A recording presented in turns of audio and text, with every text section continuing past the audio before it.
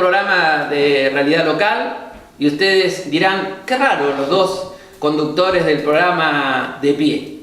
De pie por tener el orgullo de recibir a un excombatiente de Malvinas y nuestra bandera argentina que está en nuestra mesa representa el honor de haber estos soldados defendido nuestra soberanía en el territorio tan austral. Por eso hoy lo vamos a recibir al ex soldado Roberto Esteves, a quien le damos la bienvenida en un nuevo programa de Realidad Local. Buenas noches, Roberto, y muchas gracias por haber venido. Buenas noches y bueno, muchísimas gracias por la invitación y bueno, es una manera de reivindicar y de hacer recordar esta gesta que nos tocó vivir, ¿no es cierto? Principalmente hacer recordar a esos 649 héroes que son los verdaderos héroes que quedaron custodiando las islas. Bueno, vamos a tomar nuestro lugar, como siempre, agradeciendo a Marcelo, nuestro director y productor, que nos da la posibilidad de poder conversar. Y acá estamos en una mesa de amigos y lo que vamos a charlar es un poco de la historia, ¿no? Vamos a recordar a la audiencia que también estaba invitado Oscar Poltornieri, uno de los héroes máximos que tenemos en la Argentina del tema de Malvinas, pero por un tema personal que se encuentra en el Senado de la Nación, que fue convocado, bueno, no va a poder estar hoy, pero seguramente en el próximo programa estará. Bueno, ya lo arreglaremos. Roberto, te vamos a hacer preguntas, un poco que tu propia historia en Malvinas. Sí, mira, comúnmente nosotros nos hemos obligado en cierta manera, ¿no?, a hacer saber la historia de Malvinas contada por los propios intérpretes que nos tocó ir. Así que sí, lo que decimos siempre cada vez que vamos a dar charlas en los colegios, principalmente, los colegios, Ciudad de Fomento, toda la gente que nos ha convocado, hemos estado en Rotary, hemos estado en un montón, Club de Leones, barrios, Ciudad de Fomento, para llevar la historia vivida por el propio intérprete, como recién acabo de decir.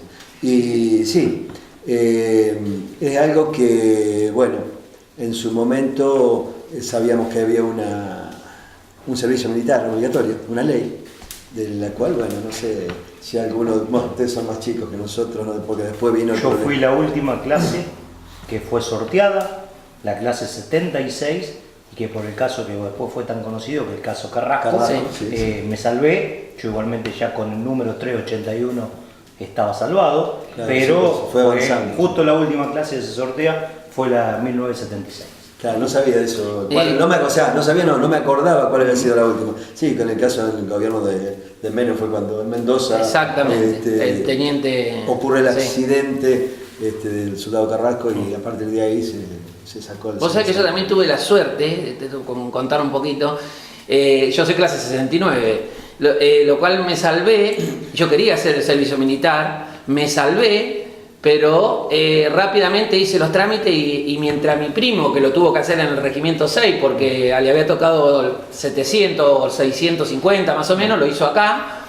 Yo cuando él entró al servicio militar, yo tuve la suerte de que me saliera el alta para entrar a la Policía Federal, ¿no? O sea, como tenía tantas ganas de vestir un uniforme... Claro, y al estar integrando una fuerza, automáticamente quedaba sin efecto la ley del servicio militar. Exactamente. Sí.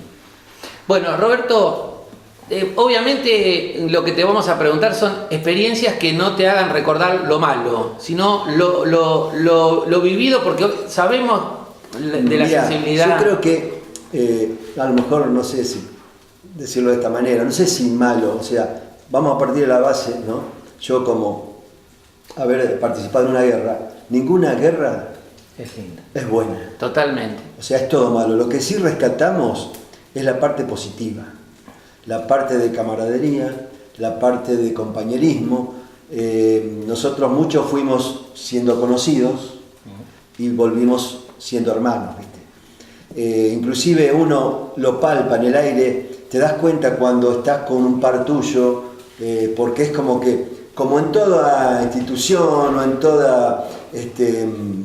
o sea, médicos, abogados, tienen su léxico, tienen su forma de expresarse, tienen sus códigos, y parece mentira, pero lo palpamos cuando estamos con un par nuestro que sí es veterano de guerra, que estuvo en Malvinas. Y bueno, la verdad que fue una experiencia negativa, digamos, pero dentro de todo, como te decía, siempre sacamos lo positivo. Y lo positivo en este caso es que nunca más tiene que haber una guerra. ¿Por qué? Porque en el caso nuestro, ¿no? Que nos tocó en el sur, en Islas Malvinas, el solo hecho de estar apartado, la distancia de tus afectos, eso, convengamos, acá creo que hay que hacer una aclaración de tiempos y de educación y de respeto y de un montón de cositas que en ese momento un adolescente, por llamarlo, ¿no? De 18 años, 19 años, como éramos lo que teníamos, no es lo mismo que un adolescente de esta época. Totalmente. Ya sea en todo aspecto, principalmente en tecnología y en respeto. La tecnología hoy nos estamos viendo de un lado a otro del mundo, por un teléfono, por una computadora, sí. Hay un montón de comunicaciones, de formas de verse. Allá no tenemos nada y el respeto era fundamental. Hoy no se ve eso, lamentablemente se ha ido degenerando ese punto, que bueno, por eso es que, como decía, vamos a los colegios y damos muchas charlas y hacemos hincapié en eso, que ninguna guerra es buena, porque atrás de cada integrante, cada participante, perdón, de cada guerra hay una familia y en muchos casos hay hijos, hay hermanos, hay padres, hay madres. Entonces, eso acarrea también un trauma para toda la sociedad, pero principalmente para el que vive ese episodio y el entorno. Por eso es que se crearon. En principio la contención nuestra fue nuestra familia y el centro de veteranos, de nuclearnos nosotros para poder hablar el mismo idioma. ¿Por qué? Porque nos entendemos, porque fue algo atípico. Claro. Fue algo totalmente atípico. Mirá vos que cuando vos haces hincapié de esos nenes en esta guerra que para mí es injusta, en lo personal lo digo, te sacan y te alejan de la familia. Y esa familia es la que cuando vos estás solo, como cuando decía Bonavena, arriba del ring, te sacan el banquito y estás solo, no tenés más amigos, no tenés más nada. Y en ese momento vos encontrás tu familia, y por eso la unión que hoy hace a los excombatientes, de decir, estos son mis hermanos y son los que me van a defender y van a dar la vida por mí. La misma vida que seguramente en una vida real la da un padre por un hijo, la da un hijo a lo mejor por un padre, pero en ese momento verdaderamente el que daba la vida por vos era tu par que estaba al lado, y de ahí es donde se hacen grandes amigos. Por eso es como te decimos, que fuimos compañeros y volvimos en muchos casos hermanos, ¿viste? Y aparte aprendés a conocer lo que es la miseria, lo que es la necesidad, lo que es el frío en el caso nuestro, lo que era el hambre. Una de las cosas que... O sea, yo con esto no quiero dramatizar. No. Ni estás que nos contando tengan una lástima, historia. como tampoco hoy por hoy escuchamos a veces, ya somos hombres, Sí. y los chicos de la guerra. No son chicos de la guerra. No sé si para ir a una guerra no sos tan chico. No, porque mira, la experiencia que yo tuve desde el 13 de abril, la mayoría del Regimiento 6, que me tocó hacerlo en el glorioso Regimiento Sí. 6, del 13 de abril hasta el 20 de junio llegamos al continente, creo que navegamos 1 o 2 días, así que hasta, bueno, la rendición fue el 15, el 14, el 15 fue. Estuvimos 1 o 2 días más de prisioneros y después volvimos en el Bahía Paraíso hasta el continente. Bueno, todo ese tiempo fue de pasar necesidades, de pasar frío, de pasar hambre. Cosa que, bueno, por eso es que la vocación a veces de servicio nuestra, como cuando integramos acá en Mercedes ¿cómo es el órgano para ir a ayudar afuera? Defensa Civil. Defensa Civil. Hubo muchos muchachos que estábamos, la predisposición la teníamos, Yo creo que un poco nace de ahí. Esa es una de las cosas buenas que hablaba al principio, que uno rescata. ¿Por qué? La necesidad del prójimo. Y también de devolverle a esa gente que en su momento, ¿qué no dio por nosotros? Sí, totalmente. ¿Qué no dio por nosotros el pueblo argentino? Es una manera de devolverle y de uno sentirse útil y sentirse bien.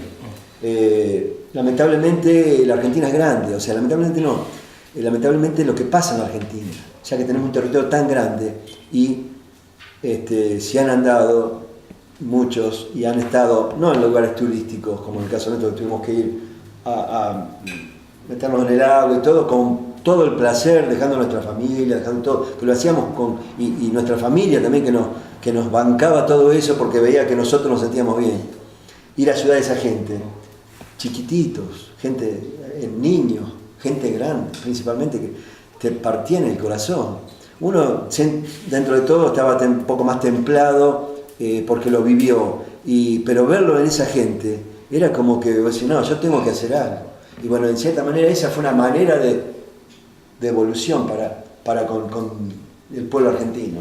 Yo tuve la posibilidad de estar en Chaco, en Tucumán, en Corrientes, ¿dónde más estuvimos? Pues, Tucumán, Chaco, Corrientes, Santa Fe, en épocas de inundaciones. Y bueno, y era una manera, ya te digo, de sentirse uno, como que servía, como que era útil, como que estaba devolviendo un poquito de... Por eso te decía, no tan chicos, porque el teniente coronel Rico no permite que digan los chicos de la guerra, sino soldados que dieron todo ante una potencia mundial como era Inglaterra y pelearon de igual a igual. No permite Aldo Rico que se les llamen los chicos de la guerra. Son hombres que fueron, hombres hechos y derechos, que fueron a combatir con una potencia y con todo lo que eso significaba. Obviamente para el final vamos a tener una sorpresa que nos traspasa a nivel local y que obviamente va a ser seguramente conocido a nivel nacional porque hay muy pocas personas que saben lo que nosotros hoy vamos a transmitir en este programa. Pero volviendo un poquito al tema, contanos cómo era Malvinas, el ambiente de Malvinas, donde ustedes tuvieron que hacer operaciones. Bueno, nosotros, si querés, iniciamos como hacemos siempre. Bueno, partimos de la base de que había una ley que te exigía hacer el servicio militar obligatorio y te llamaban mediante un telegrama. Y bueno, te presentabas, te retiraban todo, te daban un uniforme y nosotros estuvimos 57 días en el campo, en la colonia de Olivera, que en ese tiempo sí. Los que somos más grandecitos le decíamos sí. MacGregor. Sí. Había una propaganda de una colonia, la maldita colonia, le decían. Bueno, para nosotros la colonia de Olivera era MacGregor, porque era la maldita. Ahí íbamos a hacer lo que después en realidad nos sirvió allá para poder sobrellevar todo ese tiempo la guerra, ¿no? Que era instrucción nocturna, instrucción de vivac, cómo se vivía en un campamento, que se llama vivac, esa terminología militar, y bueno, y las cosas que había que hacer. Pero con la diferencia que acá estábamos, todo arboleda, todo, aparte era algo ficticio, una película, era una cosa que, un tiempo que teníamos que estar con la instrucción y todo, después volvíamos. Allá no sabíamos. Claro. Y aparte cambió totalmente la situación geográfica. ¿Por qué? Porque Malvinas, sabemos que está al sur, sabemos que es inhóspito, sabemos que hace mucho frío, que hay mucho viento y tiene la característica de no tener árboles, no hay bosques. Es toda una zona, el que ha andado en el sur de nuestro país, árida, donde prevalece más bien el pasto amarillo, ese tipo paja brava, y el terreno, la turba, como le dicen el suelo, el piso de Malvinas. Explica qué es la turba, porque hay muchos que no... Bueno, es tierra, pero tiene la característica de estar impregnada con petróleo y la hace combustible. nosotros calentábamos el jarro, por ejemplo. Hacíamos un huequito en el piso y poníamos una pastilla de alcohol para calentar el jarro, así tomamos algo caliente. Y vos la dejabas, no la apagabas, la dejabas y el mismo viento, que es continuo, avivaba, iba, mientras duraba la pastilla de carbón, iba secando el fondo, y ese pocito se iba agrandando, se deformaba y se iba agrandando, hasta que se apagaba, porque también tiene la característica de ser húmedo, más bien húmedo eso.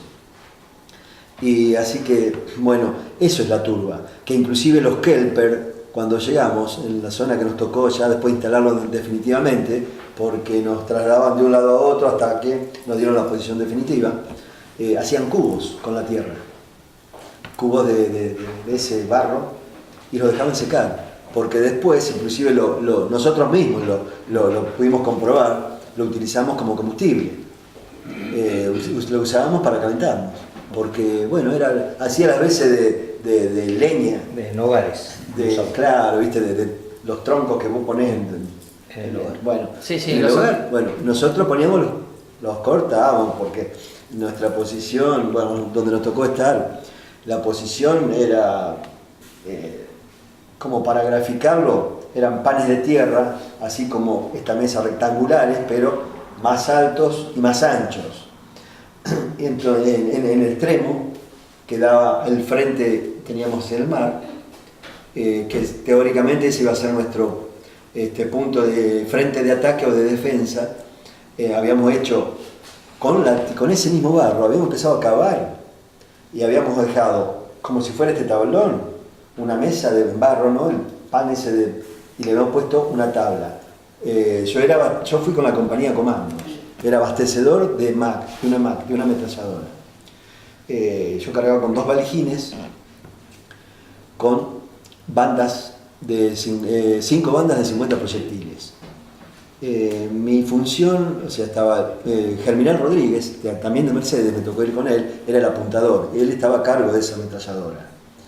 Y yo era abastecedor, que estaba a cargo teníamos 3 cajas de municiones al costado de la posición, y me decía, tiramos 20, desenvainaba la 21, entonces empezaba a tirar hasta la 20. Ahí paraba, volvía a cargarla de nuevo, y mi misión era, del otro lado, de donde estaban las cajas de municiones, empezar a reabastecer esas vainas. O sea, por allá, o engarzarlas, ¿viste? Porque ya te digo, venían de 50, teníamos 5 tramos de 50 en cada uno. Vos imaginate, el valijín era una cosita así, así y así. La madera es gruesa, claro, por la humedad. 2 valijines de eso con 250 proyectiles en cada uno. Yo medía, bueno, más o menos la altura, mucho no crecí, ¿no es cierto? Pero pesaba 50 kilos. Te puedes imaginar, era una lombriz de maceta. A eso agregarle el bolso equipo, que era una cosa así y redonda, de lona, arriba lo cerramos con una soga, viste que tenía los ojales. No lo podíamos cerrar porque estaba hasta arriba lleno de cosas. Una cosa así y así, ¿no es cierto? Redonda, un cilindro.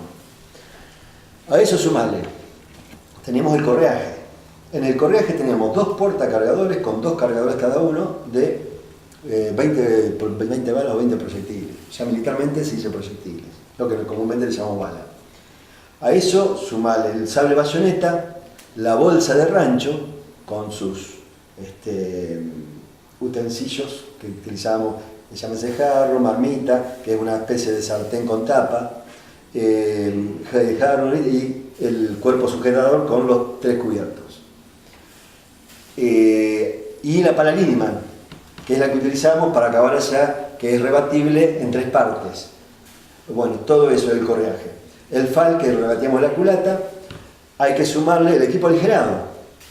El equipo aligerado era la mitad de una carpa, el redondo, se dobla, que por eso junto con otro, por eso se arma de 2, porque cada uno lleva una mitad, eso no es muy pesado. Por eso es una lona, es una carpa. Una manta, que va a usar también con eso. Bueno, y lo llevamos en la espalda, con los palos, los parantes, todo las estacas, con todo. Entonces, ¿cómo hacíamos? Mira, me voy a parar porque nosotros teníamos, ¿no? Todo el correaje, 2 cosas acá, una acá atrás, otra acá y el centro de bayoneta. El casco, parecíamos tortugas, porque te imaginabas, la cabecita así, cuando me ponía el casco, si le pegaba daba vuelta, porque nos jodíamos, ¿viste? Nosotros comentamos que éramos más inocentes, que para nosotros no fue en principio era como irnos de vacaciones, nos vamos de joda, ¿viste? Nos vamos, era así, claro. Teníamos esa mentalidad, íbamos, se habían hecho en San Ignacio primero y después se fue a La Pampa a hacer los ejercicios de toda la brigada. Primero se hicieron en San Ignacio los ejercicios individuales de cada regimiento, pero después, después nos dimos cuenta por qué se habían hecho los ejercicios finales, que nunca se habían hecho en años, que se derivó toda la 10ª brigada al sur, a La Pampa. Y ahí se hicieron los ejercicios finales. ¿Recordás esa fecha? Creo que fue para noviembre. ¿Noviembre? No, antes. Septiembre, por haber sido. Septiembre del año 81. De 81. Bueno, porque en noviembre es muy importante lo que vas a decir. Inclusive se demoró la primera baja. Bueno, es muy importante recordar esto y vamos a ir cerrando el primer bloque. Vamos a ir cerrando y continuamos con este tema. Es muy importante que recuerdes esa fecha. Decís que es septiembre. No, agosto. Agosto del año 81. Sí, porque yo no fui. Sí. Porque yo estaba en la Destino, era estafeta del casino de suboficiales y nosotros habíamos quedado de destacamento. Y ese día, un 2 de agosto, vamos al comedor y queda un soldado, el SOS se le llamaba, no me acuerdo la sigla ahora que está bien. pero el SOS era como de un servicio, no me voy a acordar ahora. Y dejábamos el casco y el arma, todo abajo de una de las compañías, de la galería de una compañía, y el resto iba y se quedaba uno custodiando eso. Estábamos solos, porque todo el regimiento se había ido. Y me acuerdo que, yo no me acuerdo el apellido del muchacho, pero creo que era de nuevo. Y se quedó, ¿no? Nos fuimos. Y sentimos un disparo. O sea, salimos todos. O sea, nos hicieron salir.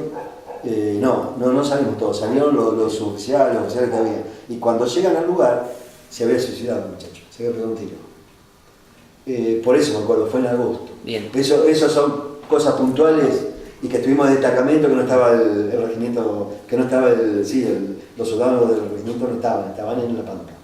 Bueno, vamos al corte y continuamos con Roberto Esteves, todo sobre Malvinas.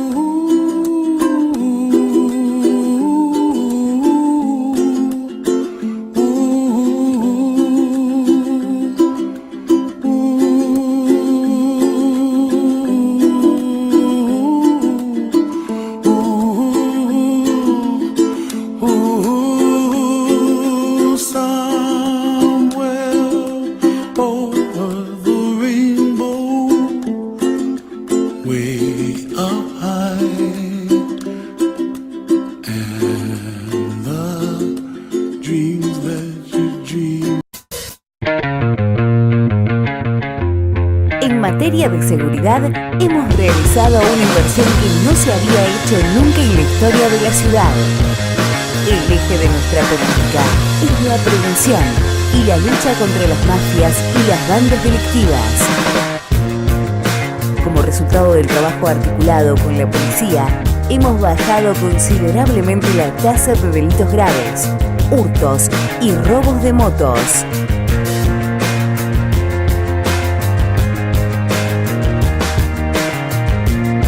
Sigamos trabajando entre todos por una ciudad más segura. Mercedes, ciudad de todos. Bueno, volvemos y ahora ya cenando en plena etapa. Bueno, Roberto, nos contabas un poco cómo habían sido las historias de... Que en realidad, para terminar lo que había empezado, que cómo era físicamente y lo que tenía que llevar. ¿Te imaginas que todo ese equipo aligerado, todo el correaje, rebatíamos la culata, la cruzábamos en el correaje? Era un poco más Era casi. un coso así redondo y así cilíndrico también, pero chiquito, que también iba con correaje. Y ahí rebatía la culata, la cruzaba con la correa y entonces el FAL me hacía de base para agarrar ese bolso equipo y cruzármelo en el hombro. Y a eso tenía que sumarle los 2 valijines, que pesaban 200 kilos cada uno para mí. O sea que era un poco más pesado que tu propio cuerpo, ¿no? Y yo creo que sí, bueno, pero por eso te digo que también en situaciones límites uno se da cuenta también de lo que, porque como yo fuimos los casi 14.000 que estuvimos ahí, la mayoría tuvimos que cargar con eso. A eso sumarle el viento, cuando tenías que ir el viento en contra, porque era, ya te digo, era todo, vos sabés muy bien que cerca del mar predomina el viento. Y eso es una isla, y no tenés reparo porque no tenés salvo las montañitas, la meseta que había allá lejos y todo, pero que era mar abierto, o sea que contra el viento y el viento ahí, que esto también es lo que le decimos a los chicos en los colegios para que conozcan también la geografía y el clima y la fauna también de lo que es parte de nuestro país también, a pesar de que todavía no lo podemos considerar así. Así que bueno. No sé cómo hacíamos, pero lo hacíamos. Eso es otra de las formas que vos te das cuenta cuando tenés situaciones límites, lo que uno es capaz de hacer, lo que el instinto de supervivencia te lleva a tener que sobrevivir, como también no había comida. ¿Qué hacíamos? Hubo un momento, porque los ingleses no son... que van a decir, vamos a hacer algo por hacerlo. No, los tipos son guerreros por excelencia, de la época de los vikingos que vienen colonizando. En todo el mundo tienen colonias. Sí, y recordemos que en el año 81 era una potencia aliada a los Estados Unidos con el tema de la Guerra Fría. Esa fue la otra contra que tuvimos también, junto con los hermanos chilenos. Sí, que no lo puedo dejar de escapar porque es una realidad. Nosotros nos sentimos totalmente traicionados. Inclusive después, hace unos años atrás, cuando un secretario del gobierno de Pinochet fue el que habló a boca de jarro, que dijo abiertamente que habían apoyado a los ingleses. A eso sumarle que también los Kelper, mediante el cura y algunos de los Kelper que también se comunicaban radialmente. O sea, bueno, son situaciones límites y uno saca fuerza de donde no tiene. Ellos jugaron mucho con la guerra psicológica. ¿Por qué decimos esto? Porque era gradual. Tipo 4:30, 4, nosotros recibíamos una comida. Venían los cilindros que teníamos que ir a la ruta a buscar y llegaba frío. Era un caldo con alguna arveja, algún fideo que venía ahí, que si te tocaba era un manjar. Y no teníamos más que eso. Y a esa hora bombardeaban, pasaban los aviones y tiraban. Y a la noche, tipo 10, 10:30, y que no tenías con qué contrarrestar ese fuego. ¿Por qué? Porque tiraban de los barcos de 20, 30 kilómetros. Claro. No teníamos con qué repeler eso. Entonces era una constante, tipo 10, 10:30, hasta la 1, más o menos, calculo que era porque era... Después, al principio decíamos, oye, esto nos hace en pedazos, pero después nos dimos cuenta que por el silbido iba batiendo zona, entonces a veces te tocaba, a veces no, pero por el silbido te das cuenta dónde, eso que vemos nosotros en películas, bueno, es real. ¿Recordáis el lugar donde estabas? ¿Cómo se llamaba? ¿El lugar que estaban apostados ustedes? Nosotros, o sea, el grueso de las tropas argentinas se nucleó alrededor en las afueras de Puerto Argentino, porque se pensaba que iban a atacar por Puerto Argentino, entonces la gran cantidad, esto es Puerto Argentino, o sea, todo se hizo alrededor. Y hubo partes de las compañías, de los diferentes regimientos o brigadas que fueron, que se fueron instaladas estratégicamente en las alturas, que eran los morteros, los cañones, los biconcitos. Monte London, todo eso. Claro, Templeton, London, Lanzo Verde, Dos Hermanas, todo eso, Top Malo, House, creo que también era. Bueno, todas esas alturas ahí fueron destacados los cañones. ¿Por qué? Porque la idea era, venían por Puerto Argentino, por arriba nosotros estamos en las afueras y por arriba iban a bombardear los cañones. ¿Qué pasó? Los ingleses no son estrategas, pero... Más la información que recibían de los chilenos, más la de ellos propios. Y de los satélites de Estados Unidos. Entonces, ¿qué hicieron? Dieron la vuelta, Estrecho de San Carlos, Darwin. Y cruzaron las islas. De todos modos, ellos pensaban que era un paseo también. Porque sabíamos que dentro de... tenemos muy poca... Ellos para ir a una guerra tienen que tener 3 años de adiestramiento. Inclusive no bajan, sino que se quedan en los barcos. Eso lo pudimos saber porque había algunos de los muchachos que sabían inglés y cuando estuvimos prisioneros estuvieron hablando y se sorprendían de la juventud nuestra. Claro. El promedio de edad de ellos para ir a una guerra es 28, 25, 28, 30 años, pero con un adiestramiento de 3 años como mínimo, y aparte eran ya guerreros, porque no son pavotes, no son tontos los ingleses, No. Tienen mercenarios contratados, Totalmente. que son los que van al frente, y después vienen ellos. No obstante, no dejo de reconocer el coraje de los jefes.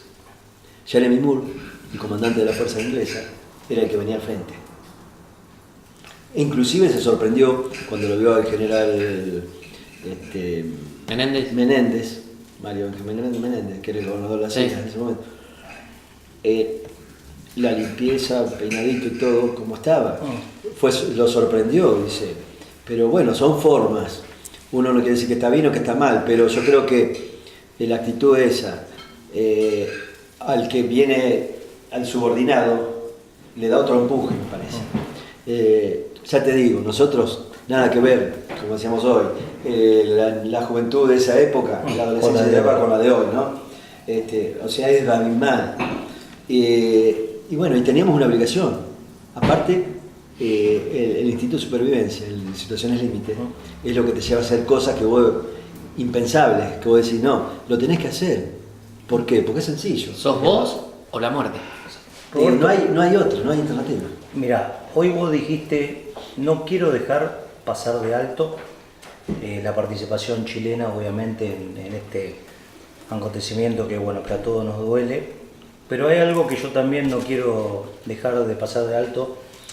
Vos hiciste un comentario recién y dijiste todavía no son reconocidas como territorio argentino.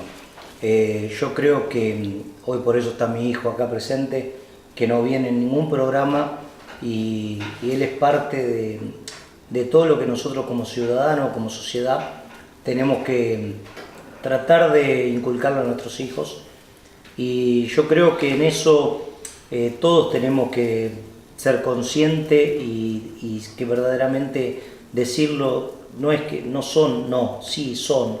Las Islas Malvinas son nuestras, van a seguir siendo nuestras y van a ser toda la vida. Totalmente de acuerdo. Entonces, eso creo que es una cosa que tenemos que hacer una docencia, porque hoy muchas veces, como te dije hoy antes de que saliéramos al aire, muchas veces en las escuelas, si bien ustedes son partícipes de muchas charlas, ojalá que cuanto antes podamos estar verdaderamente en los libros con el nombre de todos ustedes por homenaje a esos caídos.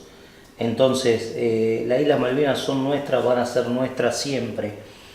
Y bueno, como para... Sí, no, yo, o sea, me encanta lo que decís porque lo siento también así, pero no obstante eso, no podemos dejar de que en este momento geográficamente son nuestras, pero no pertenecen a nuestro territorio. ¿Y sabes por qué me duele? ¿Sabes por qué digo esto? Porque eso costó 649 héroes. Más los que vinieron al continente y que... A eso agregarle la posguerra, los Exacto. suicidios Y a principalmente eso, que ha habido. claro, y a eso, Entonces claro. por eso digo que no son nuestras, que no sé si va a alcanzar, ojalá que alcancemos a verlo nosotros, que la recuperación de nuestras islas, porque inclusive a veces tenemos algunas controversias o algunos distintos pareceres con compañeros nuestros, ¿no? Porque ellos dicen, no, vos no irías a Malvinas. muchos han ido, dicen que van a cerrar un círculo, dicen que sienten la obligación de volver. Bueno, yo lo que siento hoy por hoy, me encantaría inclusive ir hasta con mis hijas, con mis nietos, y para decirles, para contarles, porque es parte de la historia, que el día de mañana va a estar en los libros, porque estamos acostumbrados a una historia de 150 años para atrás, 200 años. Nosotros somos una historia contemporánea, una historia viva. Por eso decimos, aprovechennos, porque no vamos a inventar, vamos a decir lo que vivimos, lo que sentimos y lo que nos tocó pasar. Algunos más, otros menos. Entonces, ¿a qué iba? Que mientras que yo tenga que ir a un lugar donde digo que es mío, porque yo lo siento que es mío, pero tengo que ir con un pasaporte, me revienta soberanamente. Pelota. ¿Me entendés? Tener que ir con un pasaporte. Yo voy a un país limítrofe y voy con el documento. Totalmente. ¿Me entendés? ¿Por respeto a qué? A los que quedaron, muchachos, a los que quedaron. Yo no digo que está mal que vayan, porque hay muchos compañeros míos que han ido y inclusive algunos se han tenido que preparar psicológicamente. Nosotros, vuelvo a reiterar, porque no queremos dar lástima ni dramatizar esta situación, fue una guerra. Tenemos un síndrome postraumático que no es curable. Por eso es que ha pasado el tema de los suicidios. Muchachos que no han tenido problema económico, no han tenido problema de nada, que han estado muy bien, un día se levantaron, les hizo el clic y se fueron. Entonces, vos decís, yo no puedo ir. Mientras, por respeto, en principio a los que quedaron, por seguir a las familias y por consiguiente por nosotros mismos. Yo lo siento así, no es la verdad, es mi verdad. Tal vez el día de mañana diga, no, estuve equivocado, voy a ir. Podría ir yo mañana y gestionar, iniciar todo, pero no lo siento, yo no lo siento. Me gustaría ir con el documento, no con un pasaporte. Tengo pasaporte, pero no.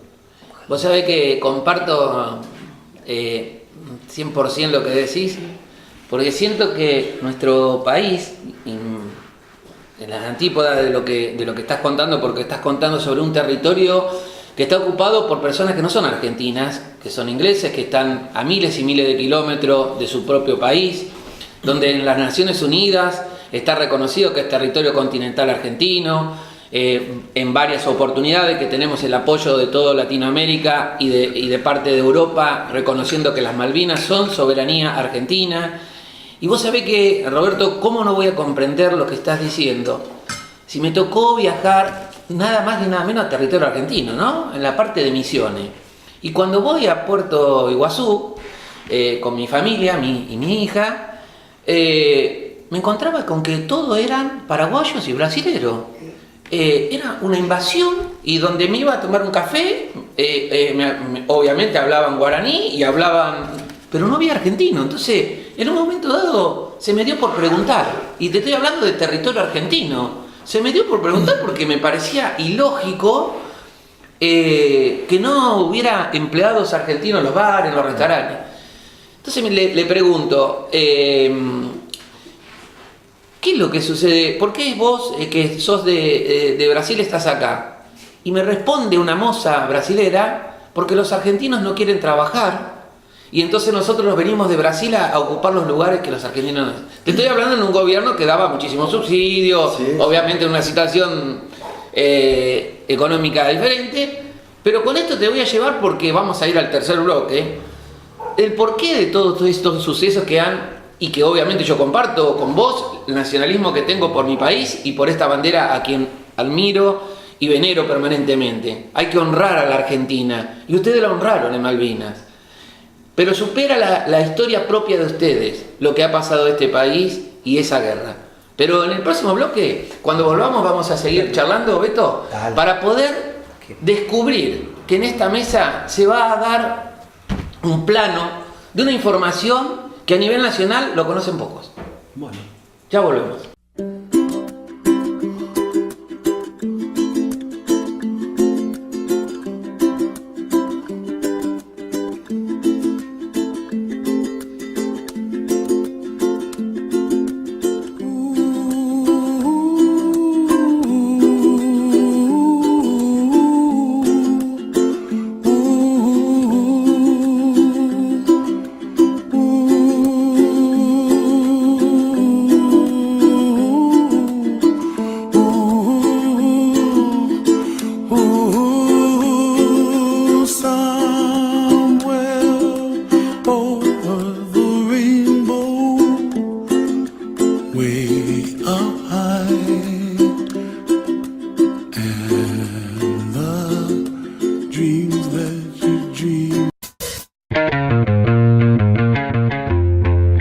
materia de seguridad, hemos realizado una inversión que no se había hecho nunca en la historia de la ciudad.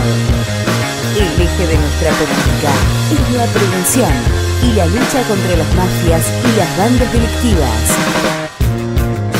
Como resultado del trabajo articulado con la policía, hemos bajado considerablemente la tasa de delitos graves, hurtos y robos de motos.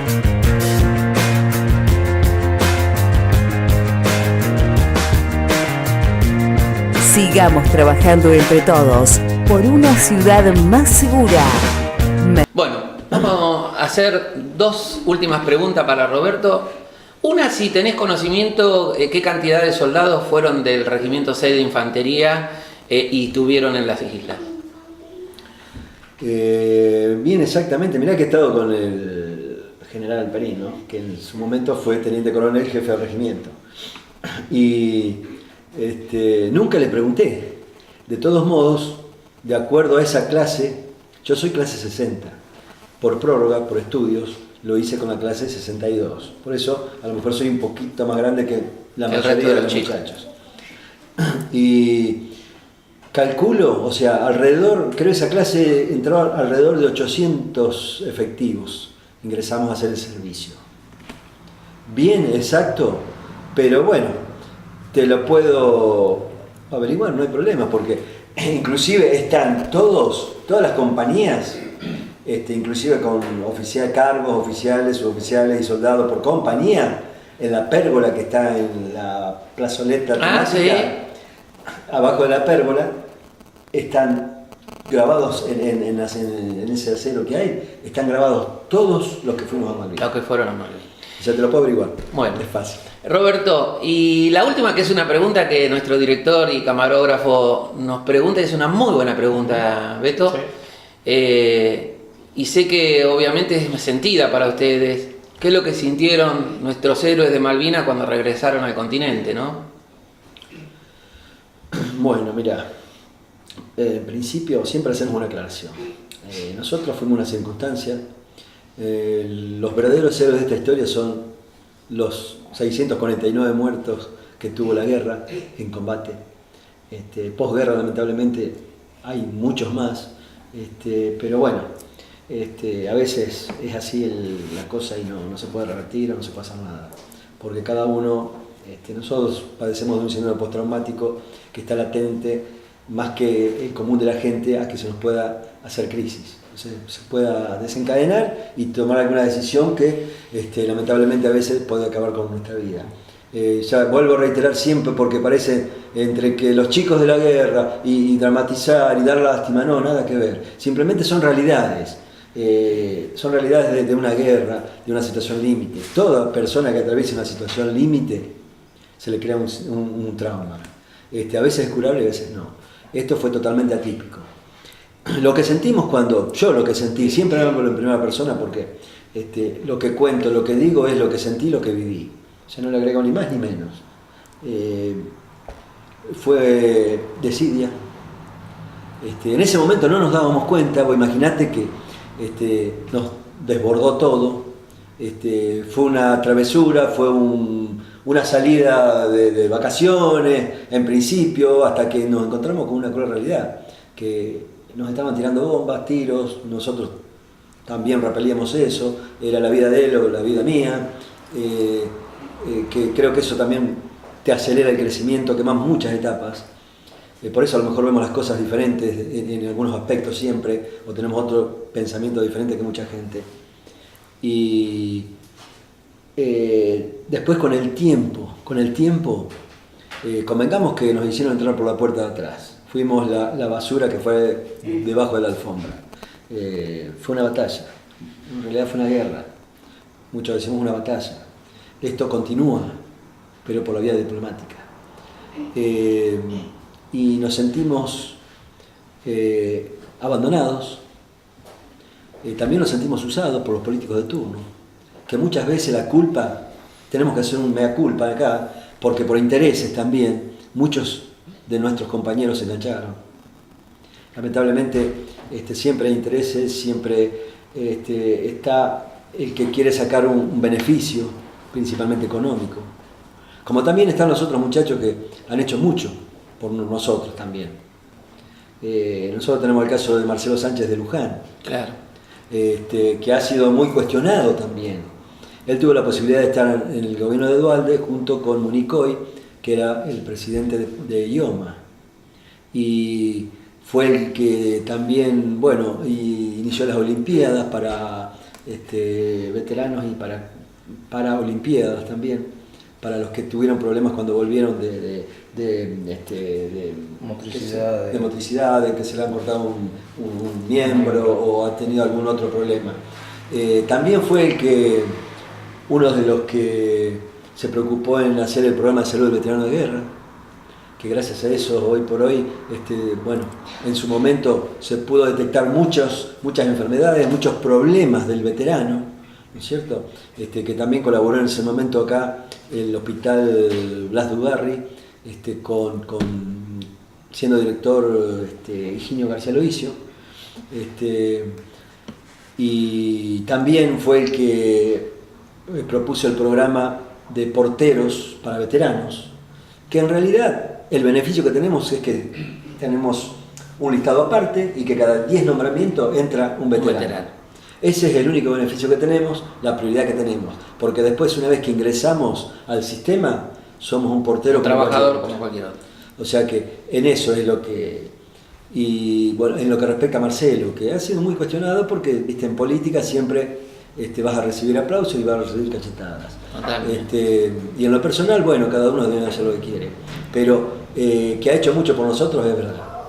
Y como muchos muchachos también que a lo mejor permanecen en el anonimato, porque uno solo nunca hace nada, sino que siempre tiene un respaldo. Y así que hoy te puedo decir que hemos sentido bronca, porque lamentablemente ningún gobierno nos dio nada. ¿En qué sentido no nos dio nada? En que ninguno dijo, muchachos, ustedes vivieron esta situación, ustedes se les creó esto, que fue el Estado, no fueron ellos, pero fue el Estado que es el que representan en ese momento. Entonces vamos a hacer esto por ustedes, principalmente en la parte de salud, psicológica. Tuvimos un programa de salud de veteranos de guerra creado por los mismos veteranos de guerra, que muchos eran profesionales, eran médicos, eran más pensantes, entonces se programó y siendo secretario de salud de la provincia el doctor Juan José Musi, fue que se le presentó el proyecto y fue aceptado, y gracias a eso se puede detectar mucho, pero no porque lo propuso el gobierno de turno, ya sea provincial o Estado nacional, como también todos los logros que se consiguieron. Uno muy conocido fue Carpa Verde, 1 año y medio haciendo Carpa Verde en Plaza de Mayo. Eso fue la jubilación que se le otorgó. Exacto, que fue en el gobierno de Néstor Kirchner. Que estuvimos en la Salón Dorada, que estuvimos inclusive con él en la parte de atrás cuando nos recibió a todos, tuve la posibilidad de estar, pero ya te digo, ninguno vino y dijo, muchachos, esto les corresponde, por lo que hicieron. No queremos nada, simplemente tenemos la posibilidad de que nos den facilidades, como en un momento parecía una burla. Cuando estaba de Lina de Viola, no me acuerdo, que en el banco en ese momento era coordinadora o jefa, no sé cuál era el cargo del banco hipotecario. Te daban créditos, pero era una burla, porque vos ganabas, ejemplo, 1.000 pesos y tenías que tener un ingreso familiar, ponele, tenías 1.000 pesos y tenías que tener un ingreso de 1.500 o 1.800 pesos. Era para un grupo, para poquitos. No para todos, ¿me entendés? Dale algo, no que no te lo regalen, sino que lo pagues, como se han hecho los planes familia acá en Mercedes, de vivienda. Eso es lo que pretendíamos, nada más que eso. Y pagarlo, no que nos regalen, ¿me entendés? Así que no es resentimiento, es un poco de bronca. Bronca porque siempre tuvimos que seguir peleando. Decimos que nosotros fue una guerra constante. Una pelea, una lucha constante. Una lucha constante. ¿Viste? Roberto, y a toda la audiencia, quiero sorprenderte con un trabajo que ha hecho esta producción y que hemos investigado nosotros para poder lograr un poco la historia, ¿no?, de cómo se llegó a la guerra. Y la verdad que muchos mercedinos no van a saber lo que nosotros traemos a esta mesa, y es un honor para nosotros que vos estés aquí. Y bueno, Oscar, que no pudo estar, pero que seguramente estará. Sí, lamentablemente, disculpame, bueno, él tuvo otro tipo de participación más activa. Más activa. Por eso fue reconocido con Condecorado. Fue condecorado con la Cruz Heroico Valor en Combate, que después de San Martín, de Cabral y todo, es uno de los pocos soldados que ha recibido esa condecoración. Que para nosotros es un orgullo, sí, y más que perteneció al Regimiento 6. Exactamente. Bueno, ahora, para que escuches, le vamos a contar a la sociedad de Mercedes, pero también a muchos argentinos que no saben de esta historia, y que esta historia está en la Cancillería argentina.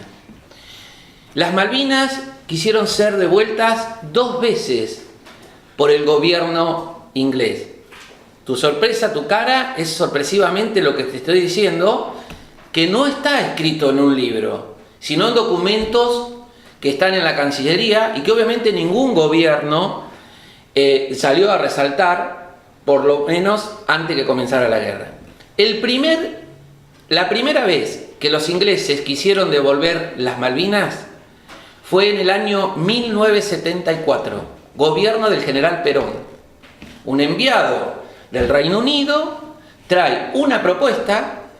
Esa propuesta era devolver las Malvinas al gobierno argentino con un proceso de 100 años, ¿no es cierto?, como fue con Japón, de 100 años. Mientras pasaban los años, el gobierno argentino iba autogobernando hasta llegar a esos 100 años y entregarlo. Ese proceso no se da porque al poco tiempo del enviado el Reino Unido, muere el general Perón, y el contexto histórico de la Argentina, ese contexto que gobernó muy poco tiempo Isabel, y el golpe de Estado hizo que eso se retrocediera y se abandonara la entrega. Lo que estoy diciendo son documentos históricos, no un libro, es la historia misma, lo cual significa que seguramente este es el primer caso. Voy al segundo para después redondearte lo que te vamos a decir. El segundo caso fue en el año 81, por eso te preguntaba en qué momento ustedes retrasaron, y ustedes se sorprendían por los operativos y el entrenamiento militar. Sí, porque hacía rato que no se hacía y se intensificó, inclusive los ejercicios de toda la brigada. Bueno, fíjate lo que te voy a decir. ¿Cómo vemos a los argentinos a Margaret Thatcher? La dama de hierro, como la bruja, la malvada.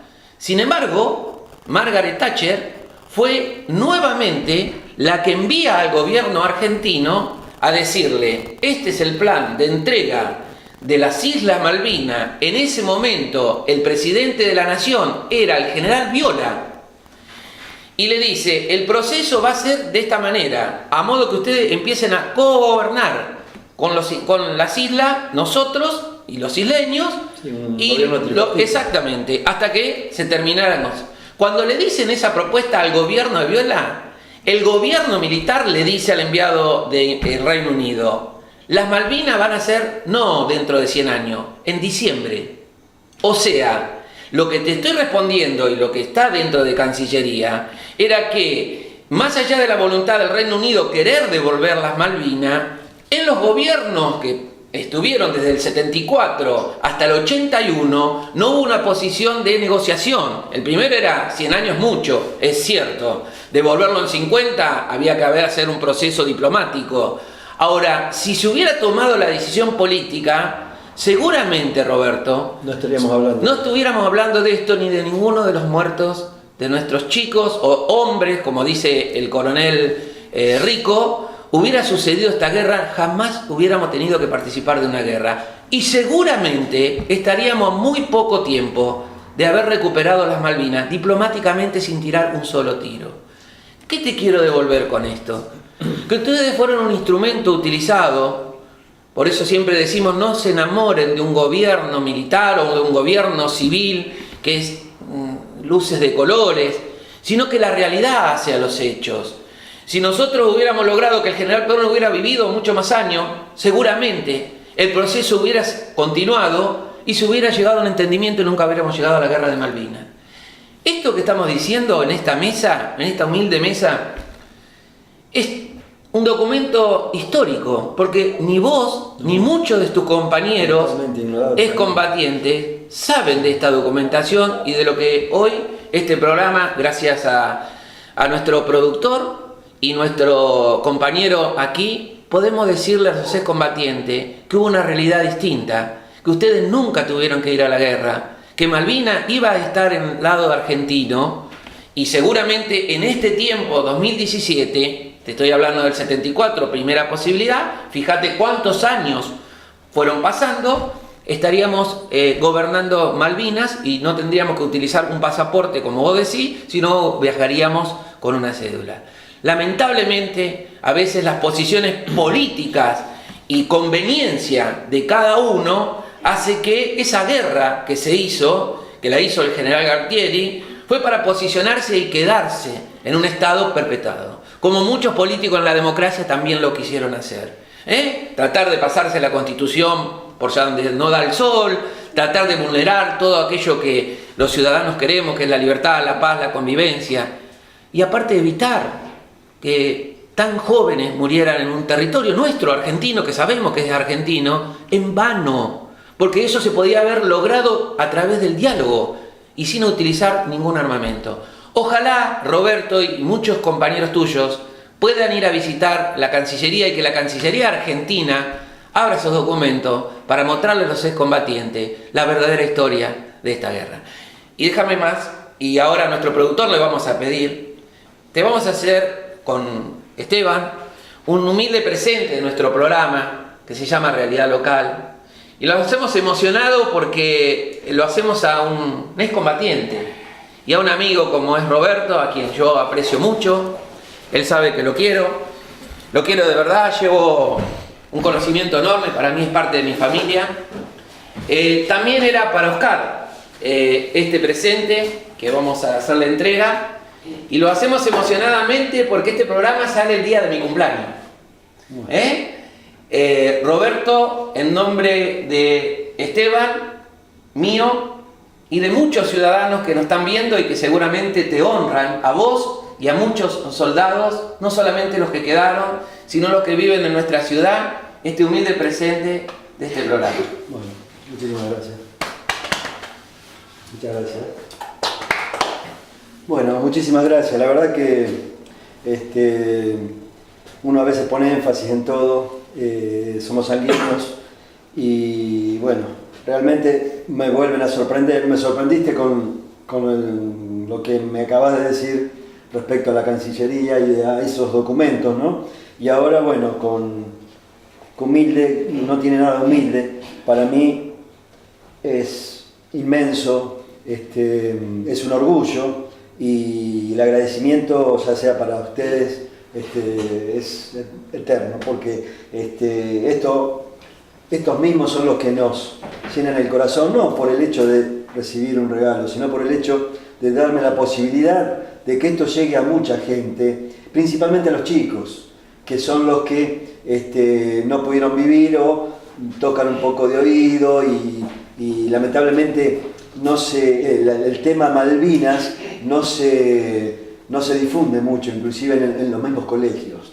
Pero bueno, hemos hecho presentaciones para que esto sea más abierto, que haya más documentación, que haya más, se dé más en los colegios. Por eso es que nosotros, cuando nos solicitan, cuando nos piden, gustosamente vamos y hablamos de la historia de Malvinas, una historia que nos tocó vivir, que es una realidad y que lamentablemente dejó un saldo de vidas que, bueno, que se truncaron y no pudieron cumplir sus deseos o hacer una familia.